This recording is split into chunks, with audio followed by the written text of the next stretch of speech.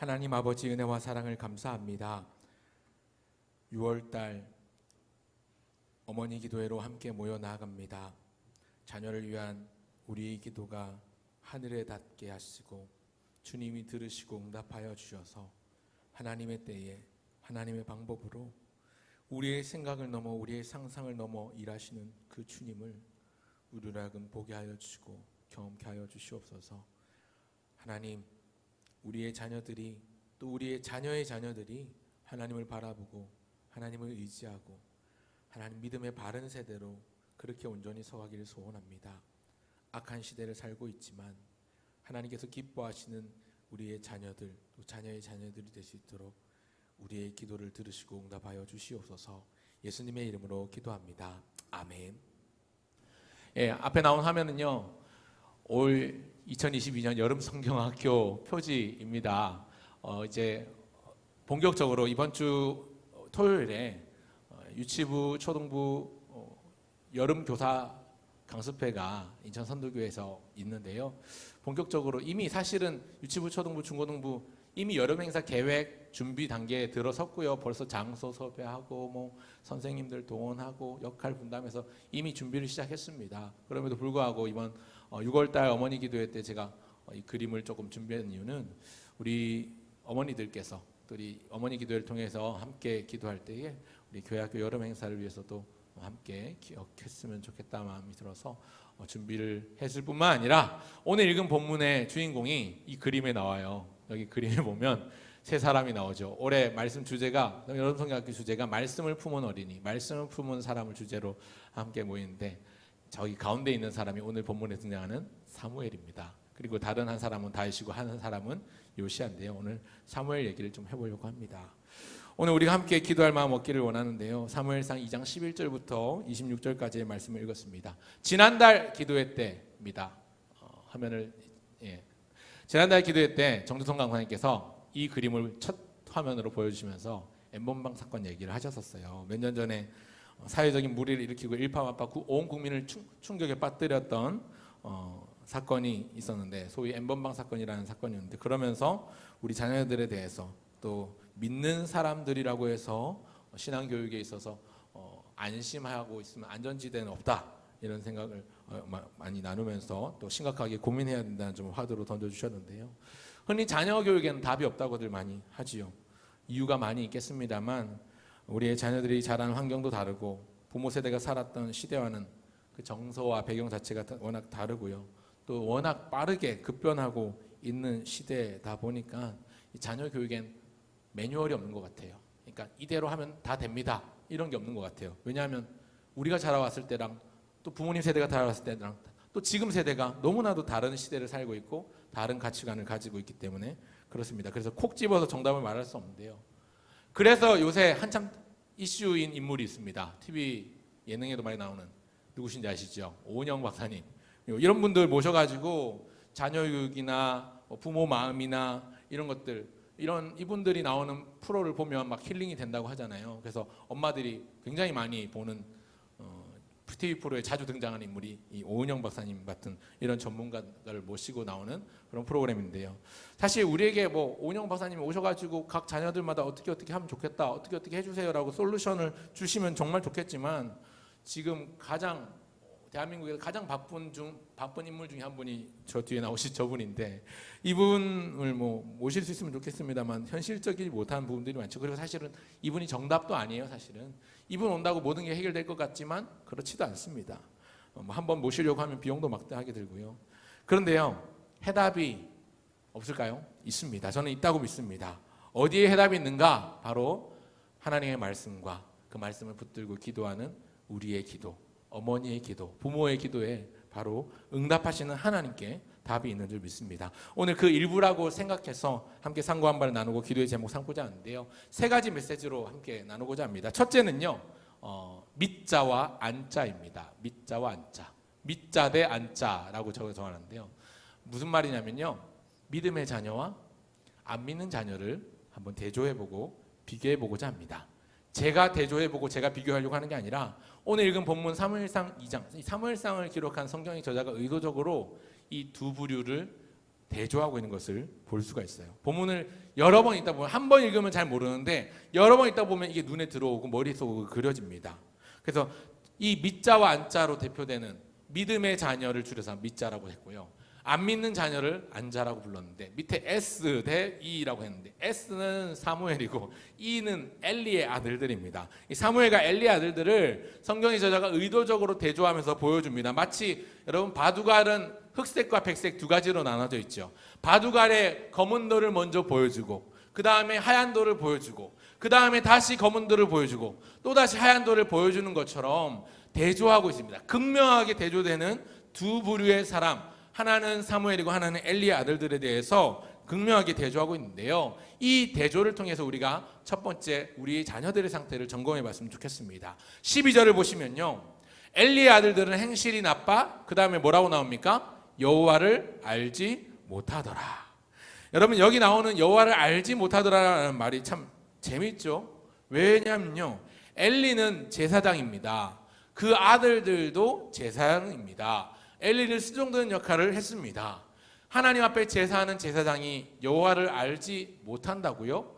여호와를 모른다고요? 여호와 하나님의 이름을 모른다는 말일까요? 아니면 하나님의 속성을 모른다는 말일까요? 아니면 하나님의 어떤 하나님의 말씀을 모른다는 말일까요? 여러분, 이 여호와를 알지 못하더라, 이 말 무슨 말일까요? 지식적으로 모른다는 말이 아닙니다. 하나님을 그들은 경험적으로 알지 못했습니다. 경험해 보지 못했습니다. 그러니 하나님의 음성도 듣지 못합니다. 그러니 성경이 말씀하기를 하나님을 모른다 말씀합니다. 뿐만 아니라 그의 아들들이 행실이 나빴다고 얘기하죠. 왜 행실이 나빴고 왜 여호와를 알지 못했을까요? 이들을 둘러싼 시대 탓을 좀 해보고자 합니다. 먼저는요, 최근에 젊은 사람들한테 유행했던 드라마 중에 하나가 퓨전 드라마, 펜싱을 주제로 한 드라마가 있었어요. 25, 21인가? 21, 25인가 하는 드라마가 있었는데, 거기 보면 처음 시작되는 인트로 배경이 IMF 시대를 배경으로 하는데, 펜싱을 너무너무 사랑하는, 펜싱을 너무너무 좋아하는 딸아이 이야기가 나와요. 그런데 어느 날 학교에 펜싱부가 사라집니다. 펜싱부가 사라지게 된 이유는 IMF 때문에 재정 긴축하느라 펜싱부가 사라졌다, 이런 스토리가 나와요. 저는 그 드라마를 제대로 끝까지 보지 않아서 잘 모릅니다만, 그러면서 거기 나오는 선생님이 그 주인공 여자에게 하는 말이 있어요. 펜싱부가 사라진 건 네 부모를 원망할 일도 아니고 학교를 원망할 일도 아니고 네 시대를 원망해라, 시대를 탓해라, 그런 얘기를 하더라고요. 그 시대가 IMF 시대였기 때문에 어쩔 수 없이 사회적인 흐름과 분위기와 시대가 그렇기 때문에 이 펜싱부가 사라지는 건 어쩔 수 없다, 그러니까 받아들여라, 이렇게 이야기하는 걸 볼 수가 있는데요. 여러분, 이 엘리의 아들들이 살았던 시대가 어떤 시대였냐면요, 사사시대였습니다. 이 사사시대를 가장 잘 요약한 성경 구절이 있어서 소개합니다. 두 개 구절인데요, 사사시대를 가장 잘 표현한 성경 구절이 사사기 마지막 장 마지막 구절 21장 25절에 보면, 그때에 이스라엘에 왕이 없으므로 사람이 각기 자기 소견에 오른 대로 행하였더라 라는 구절이 나옵니다. 사사기서의 주제이기도 하고요. 그리고 똑같은 내용의 구절이 17장 6절에도 나오는데요, 같이 한번 읽어보겠습니다. 그때에는 시작. 그때에는 이스라엘에 왕이 없었으므로 사람마다 자기 소견에 옳은 대로 행하였더라. 여러분, 이 엘리와 엘리의 아들들이 살던 이 시대는요, 어두운 시대, 사사시대였습니다. 이스라엘에 왕이 없어서 사람마다 각각 자기 소견에 옳은 대로 행하던 시대였습니다. 무슨 말입니까? 쉽게 말해서 자기 마음대로, 자기 마음에 원하는 것을 하면서 살던 시대라는 것입니다. 여러분, 왕이 없다고요? 이스라엘 백성들을 약속의 땅 가나안 땅으로 이끌어 주신 왕 되신 하나님을 그들이 잊고 있는 것이죠. 그들이 잊어먹고 까먹어버린 것입니다. 그러니 왕이 없었다 말하면서 그래서 자기 마음대로 살았던 시대다라고 표현하고 있는데요. 그런데 이 시대에 하나님의 말씀이 없었을까요? 아니요, 하나님의 말씀은 있었습니다. 그런데 하나님의 말씀을 대부분이 듣지 못했다는 이야기입니다. 듣는 사람도 있었습니다. 다음 넘기시면요, 사무엘상 3장 1절에 읽지는 않았지만 이런 말씀이 있어요. 같이 한번 읽어보겠습니다. 시작. 아이 사무엘이 엘리 앞에서 여호와를 섬길 때에는 여호와의 말씀이 희귀하여 이상이 흔히 보이지 않았더라. 여러분, 이 시대는 말씀이 희귀한 시대였습니다. 하나님 말씀이 들리지 않아서 하나님이 어떤 마음을 갖고 계신지, 어떤 뜻을 갖고 계신지 흔히 깨달아지지 않았던 시대. 그래서 말씀이 희귀하여 이상이 흔히 보이지 않던 시대라고 그렇게 성경이 정의하고 말씀하고 있습니다. 그런데 이 시대가 오늘 우리 시대와 참 많이 닮아 있습니다.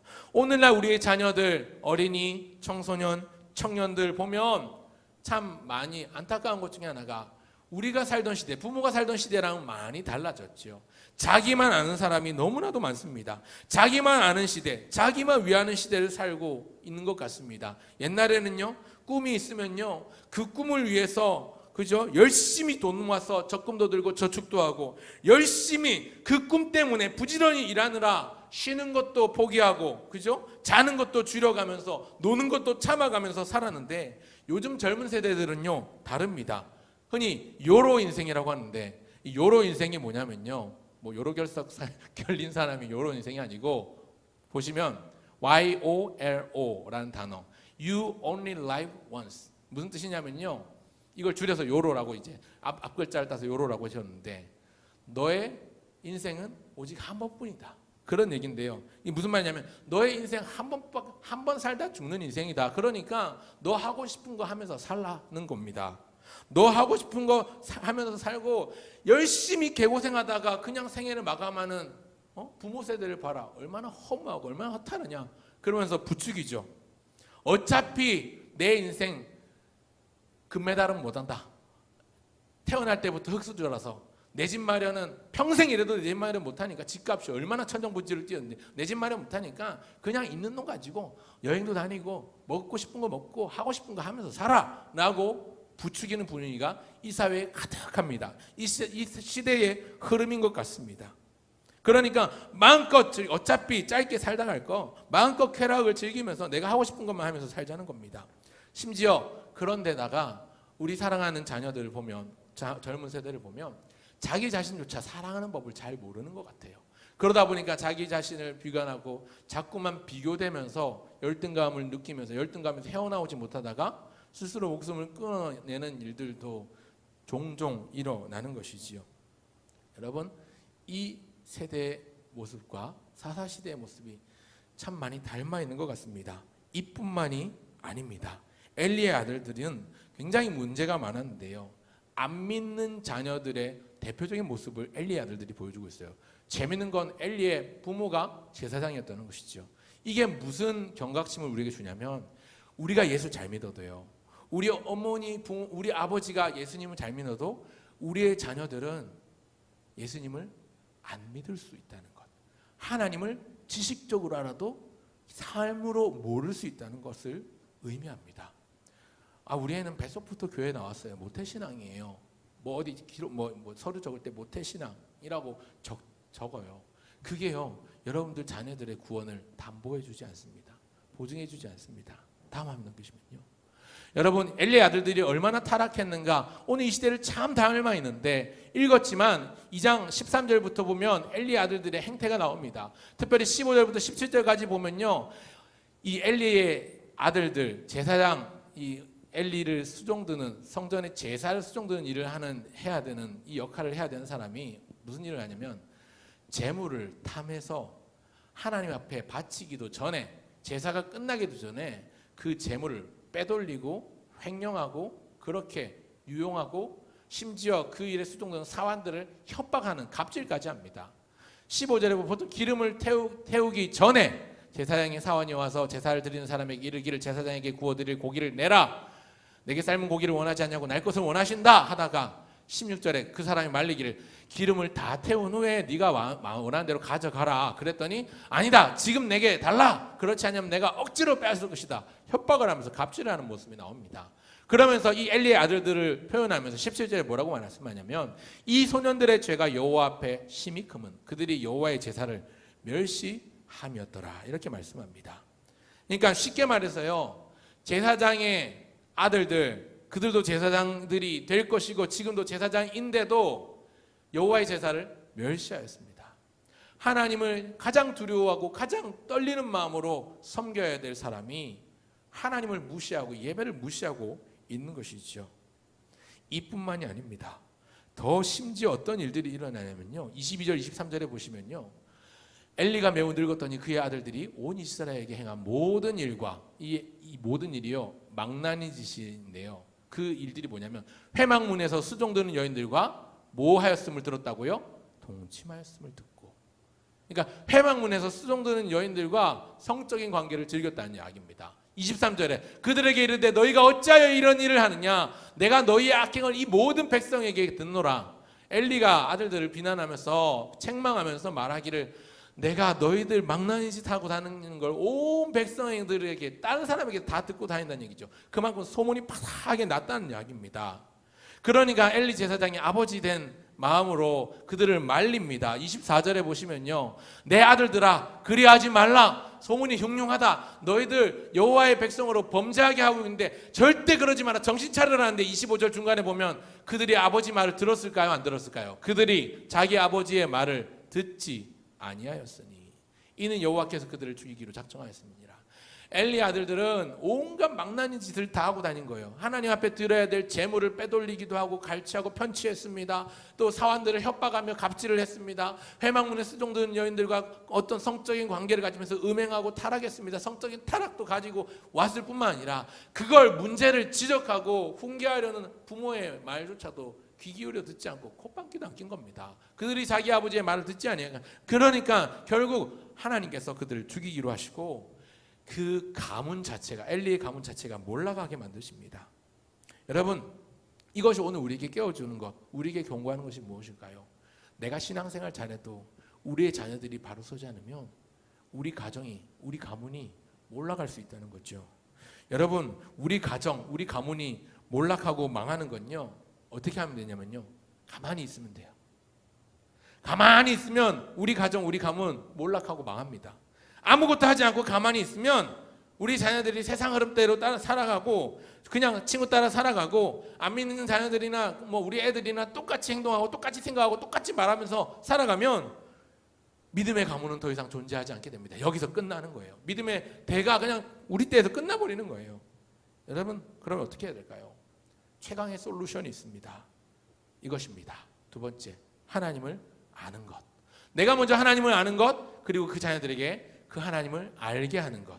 지식적으로 몰라서 이렇게 된 게 아닙니다. 경험적으로 몰랐던 거죠. 삶으로 깨닫지 못했던 거죠. 그러니 우리가 해야 될 일이 있다면, 또 우리가 기도하고 간절히 간구해야 되는 것이 있다면, 하나님, 우리가 만났던 그 하나님, 그 예수님, 우리가 누렸던 그 주님의 은혜를 우리의 아들들, 우리의 딸들, 우리의 자녀들, 우리의 손주들도 똑같이, 아니 그보다 더 깊이, 더 넓게, 더 높이 바라보고 경험하고 만질 수 있도록 주님 은혜를 베풀어 주옵소서 기도해야 되는 것이지요.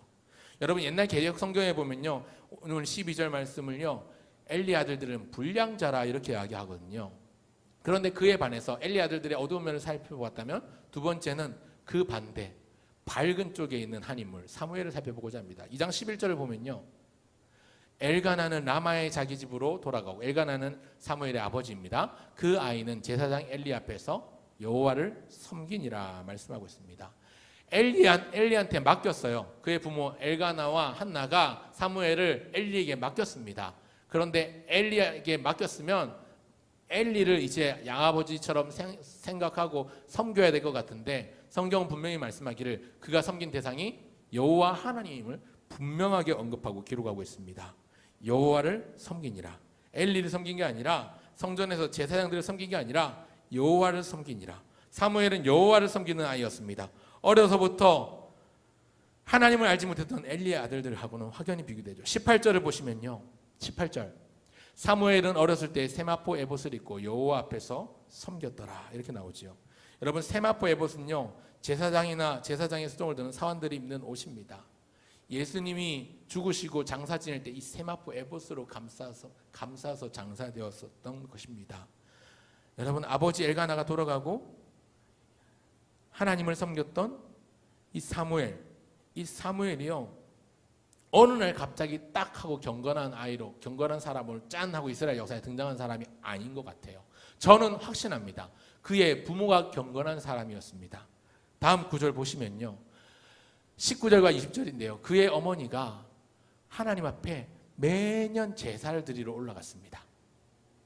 그의 남편과 함께 올라갔습니다. 그러니까 그의 부모가 예배의 모범이 된 거지요.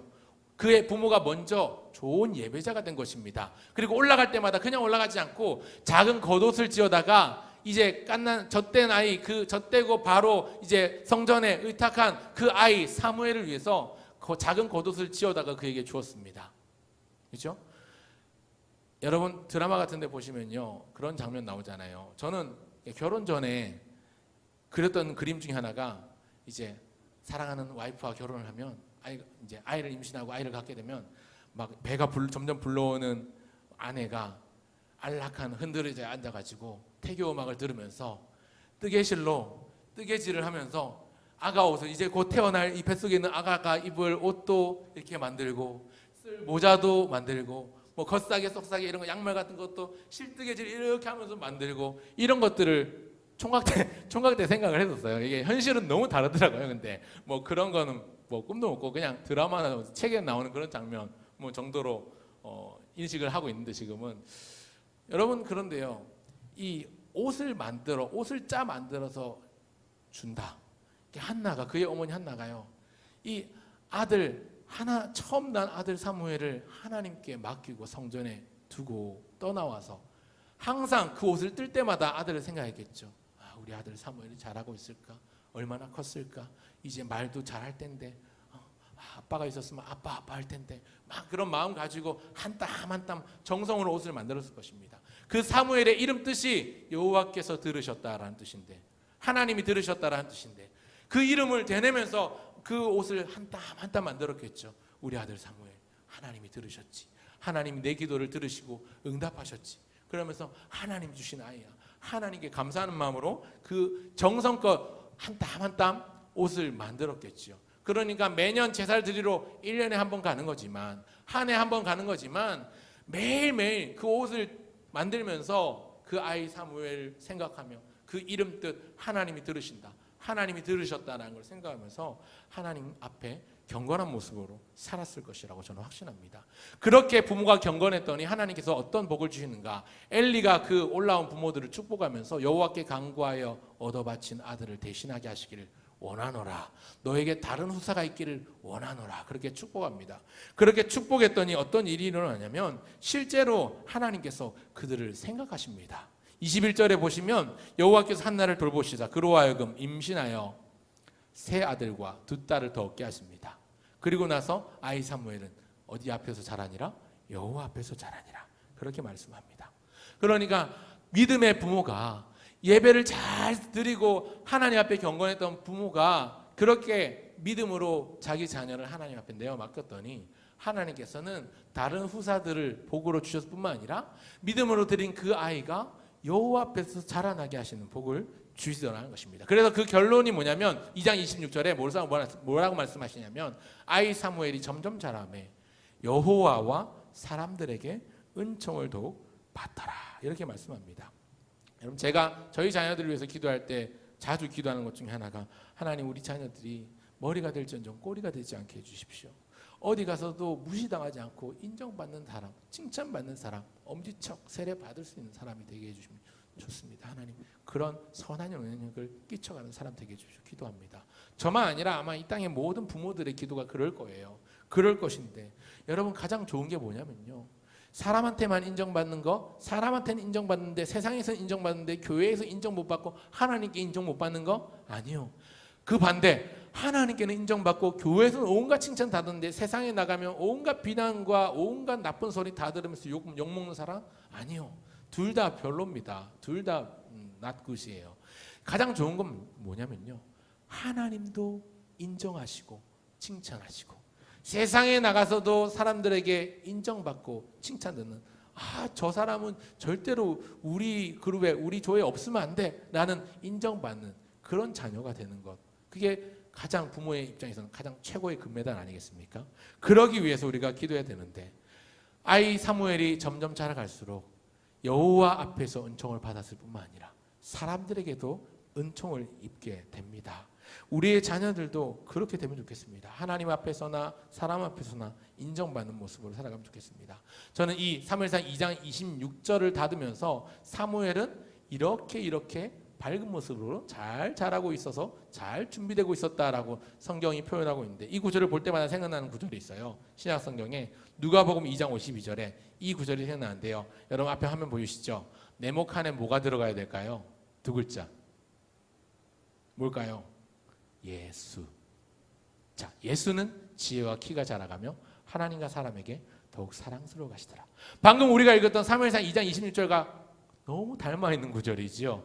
그 지혜와 키가 자라갈수록 하나님과 사람에게 더욱 사랑스러워 가셨던 예수님의 어린 시절을 묘사한 구절이 이 구절인데요. 우리 사랑하는 자녀들이, 우리 자녀의 자녀들이 그렇게 사무엘처럼 예수님처럼 하나님과 사람에게 은총을 받고 인정을 받고 칭찬을 받고 사랑스러워가는 존재로 그렇게 성장해 가기를 소원합니다. 마지막 말씀을 결론을 맺으면서 세 번째로, 저는 이 사무엘을 보면서 예수님, 그리스도이신 예수님을 바라봅니다. 여러분 구약시대의 사무엘은요, 사실 오실 메시아이신 예수님을 예표합니다. 지도자 사무엘에게서 예수님의 그림자가 보여요. 예수님의 향기가 납니다. 둘이 비교를 해볼까요? 사무엘은 이스라엘의 선지자였습니다. 제사장이었습니다. 또한 사사시대를 끝내는 마지막 사사로서의 이스라엘 통치하는 지도자였습니다. 선지자의 역할은 무엇입니까? 하나님의 마음을 알게 하는 것, 하나님의 뜻을 전하고 외치는 것. 그런 의미에서 우리 예수님은 소위 그리스도의 삼중직이라고 하는데 세 가지 직분을 다 감당하시는 분이세요. 하나님의 마음을 알게 하시기 위해서 선지자의 역할을 하셨죠. 회개하라, 천국이 가까이 왔느니라. 또한 사무엘의 제사장이라고 했는데 하나님 앞에 제사드린 제사장, 에브라임에 살던 엘가나는 레위 지파 고라의 자손입니다. 그의 아들이었기 때문에 사무엘은 제사장이었습니다. 예수님도 친히 우리의 대제사장이 되셔서 우리를 위하여 예배하실 제사드리는 제사장이 되어주셔서 뿐만 아니라 친히 자기를 제물로 주셔서 친히 화목제물로 희생제물로 삼아주셔서 매년 제사를 드리는 제사장이 아니라 온전한 제사장, 우리의 친히 대제사장이 되셔서 한 번 자신을 단번에 들이심으로 우리의 죄를 완전히 소멸하시고 깨끗게 하셨습니다. 사무엘이 마지막 사사로서 이스라엘 진영을 다스리는 지도자였는데 우리 예수님은 마침내 이 말 하나님의 나라와 온 땅의 통치자 되신 왕이라는 사실을 기억하면서 이 두 인물이 참 닮았구나 생각을 해보게 되는 겁니다. 제 생각이 아니고 성경이 그렇게 언급하고 있습니다. 여러분, 이 사무엘은요, 기도의 사람이고 말씀의 사람이었습니다. 여러분 사무엘상 3장 19절에 보면 사무엘의 말이 하나도 땅에 떨어지지 않았다라고 말씀하세요. 사무엘이 자라매 여호와께서 그와 함께 계시니 그의 말이 하나도 땅에 떨어지지 않았다 말씀합니다. 또 그런가 하면 그가 기도의 사람이었다는 것은 우리가 잘 알고 있는 사무엘상 12장 23절에 보면 나는 너희를 위하여 기도하기를 쉬는 죄를 여호와 앞에 결단코 범하지 아니하겠다. 그렇게 그리고 너에게 선하고 의로운 길을 너에게 가르치겠다. 하나님의 말씀을 가르치겠다. 그렇게 마지막 고별 설교, 은퇴를 앞둔 은퇴 소회를 그렇게 결단으로 백성들에게 전하는 것을 볼 수가 있습니다. 근데 예수님도 우리를 위하여 기도하셨고 지금도 보좌 우편에서 성령을 통해서 우리를 위하여 말할 수 없는 탄식으로 기도하고 계시고 또한 하나님께서 우리에게 주신 말씀을 통해서 우리가 날마다 말씀을 통해 말씀을 붙잡고 살아가도록 인도하신다는 사실입니다. 오늘 그래서 가장 우리가 1학기 어머니 기도회를 마지막으로 모이면서 가장 붙잡아야 될 두 가지 솔루션, 우리 자녀들을 위해서 우리가 먼저 해야 될 것, 또 우리가 가르쳐야 될 것이 무엇이냐? 두 가지인데요. 말씀과 기도입니다. 하나님을 만나게 하는 것, 하나님을 알게 하는 것, 경험적으로. 그리고 그것을 위해서 말씀과 기도를 붙잡는 것. 말씀과 기도는 예배 안에 다 포함이 되어 있죠. 그래서 오늘 기도할 때 하나님 우리 아이들이, 우리 자녀들이, 또 우리 교회 학교 다음 세대들이 예배를 소중히 하는 예배자가 되게 해주십시오. 그리고 예배를 통해서 하나님을 알아가는 기쁨과 즐거움을 누릴 수 있는 온전한 예배자가 되게 해주십시오. 그래서 사무엘처럼 예수님처럼 사람과 하나님 앞에서 은총을 입고 은혜를 입고 사랑스러워져 가는 그런 존재로 자라나게 해주십시오. 기도하면 좋겠습니다. 우리 주 예수 그리스도의 은혜와 하나님의 다 먹는 사랑과 성령의 교통하심이 기도하는 모든 주의 백성들에게 이제로 영원토록 함께 있을지어다. 아멘.